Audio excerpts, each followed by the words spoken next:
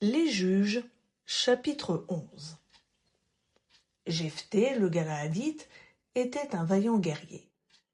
Il était fils d'une femme prostituée, et c'est Galaad qui avait engendré Jephthé. La femme de Galaad lui enfanta des fils. Les fils de cette femme, devenus grands, chassèrent Jephthé et lui dirent : « Tu n'hériteras pas dans la maison de notre père, car tu es le fils d'une autre femme. » Et Jephthé prit la fuite, loin de ses frères, et habita dans le pays de Tob. Des hommes de rien se rassemblèrent auprès de Jephthé. Ils faisaient campagne avec lui. Quelque temps après, les Ammonites firent la guerre à Israël. Et comme les Ammonites faisaient la guerre à Israël, les anciens de Galaad allèrent chercher Jephthé au pays de Tob. Ils dirent à Jephthé : « Viens, tu seras notre capitaine, et nous combattrons les Ammonites. » Jephthé répondit aux anciens de Galaad : « N'avez-vous pas eu de la haine pour moi, et ne m'avez-vous pas chassé de la maison de mon père ? Pourquoi venez-vous à moi maintenant que vous êtes dans la détresse ? »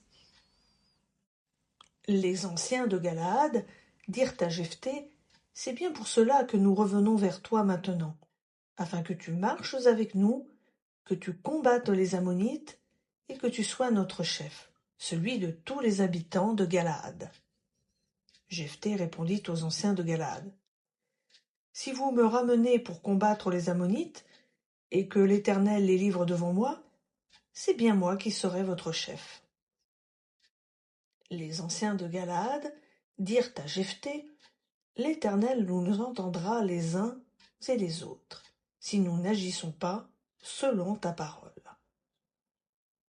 Et Jephthé partit avec les anciens de Galaad. Le peuple le mit à sa tête comme chef et capitaine. Et Jephthé répéta devant l'Éternel, à Mitzpa, toutes les paroles qu'il avait prononcées. Défaite des Ammonites. Jephthé envoya des messagers au roi des Ammonites pour lui dire : « Que veux-tu de moi pour venir contre moi faire la guerre à mon pays ? » Le roi des Ammonites répondit aux messagers de Jephthé : « C'est qu'Israël, quand il est monté d'Égypte, a pris mon pays depuis l'Arnon jusqu'au Yabok et au Jourdain.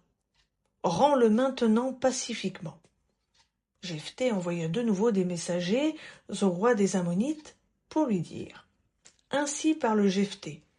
Israël n'a pas pris le pays de Moab, ni le pays des Ammonites. En effet, lorsqu'Israël est monté d'Égypte, il a marché dans le désert jusqu'à la mer des Joncs, et il est arrivé à Kadesh.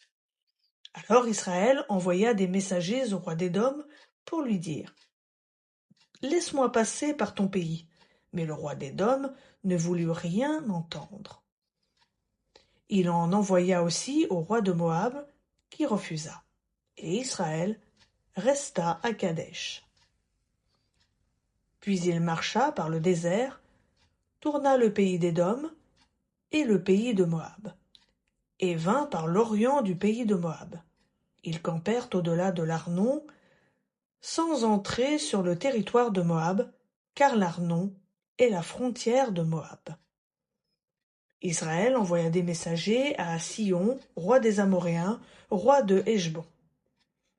Et Israël lui dit : « Laisse-nous passer par ton pays jusqu'à l'endroit où nous allons. » Mais Sihon n'eut pas assez confiance en Israël pour le laisser passer sur son territoire. Sihon rassembla tout son peuple, campa à Yahatz et combattit Israël. L'Éternel, le Dieu d'Israël, livra Sihon et tout son peuple entre les mains d'Israël, qui les battit.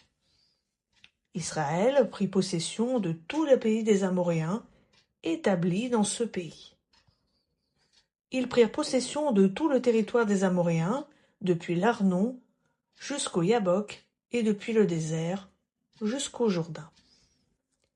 Et maintenant que l'Éternel, le Dieu d'Israël, a dépossédé les Amoréens devant son peuple d'Israël, À ton tour, le déposséderais-tu? Ce que ton Dieu Kémosh te donne à posséder, ne le posséderais-tu pas?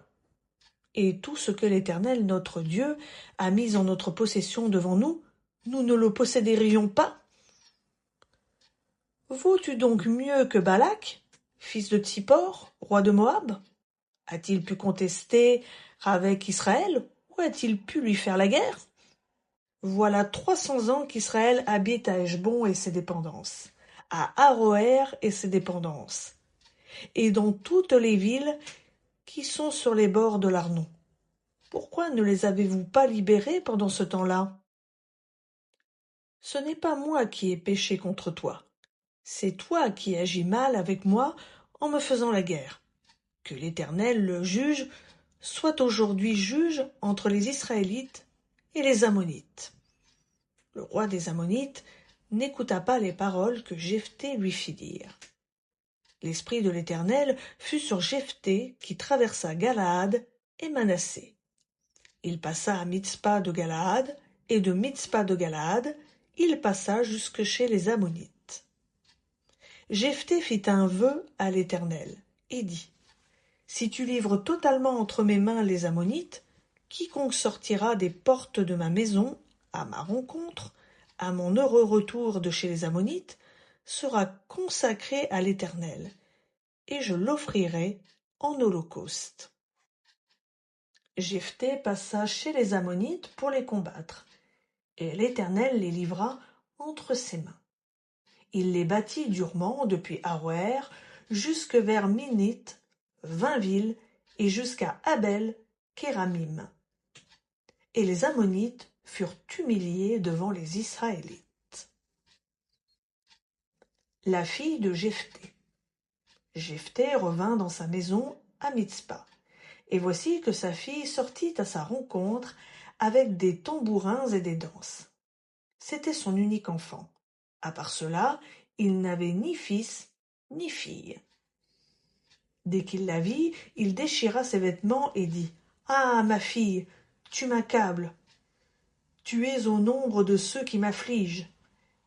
J'ai trop ouvert la bouche devant l'Éternel, et je ne puis revenir en arrière. » Elle lui dit, « Mon père, tu as trop ouvert la bouche devant l'Éternel. Agis envers moi selon ce qui est sorti de ta bouche, maintenant que l'Éternel t'a vengé de tes ennemis, les Ammonites. » Elle dit à son père, « Que ceci me soit accordé.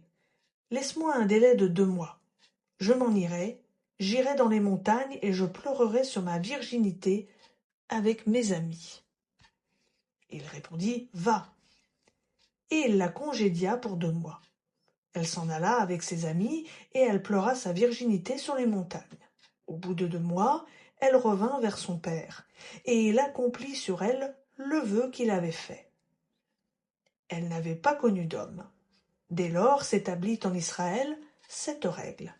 Chaque année, les filles d'Israël s'en vont célébrer la fille de Jephthé, le Galaadite, 4 jours par an.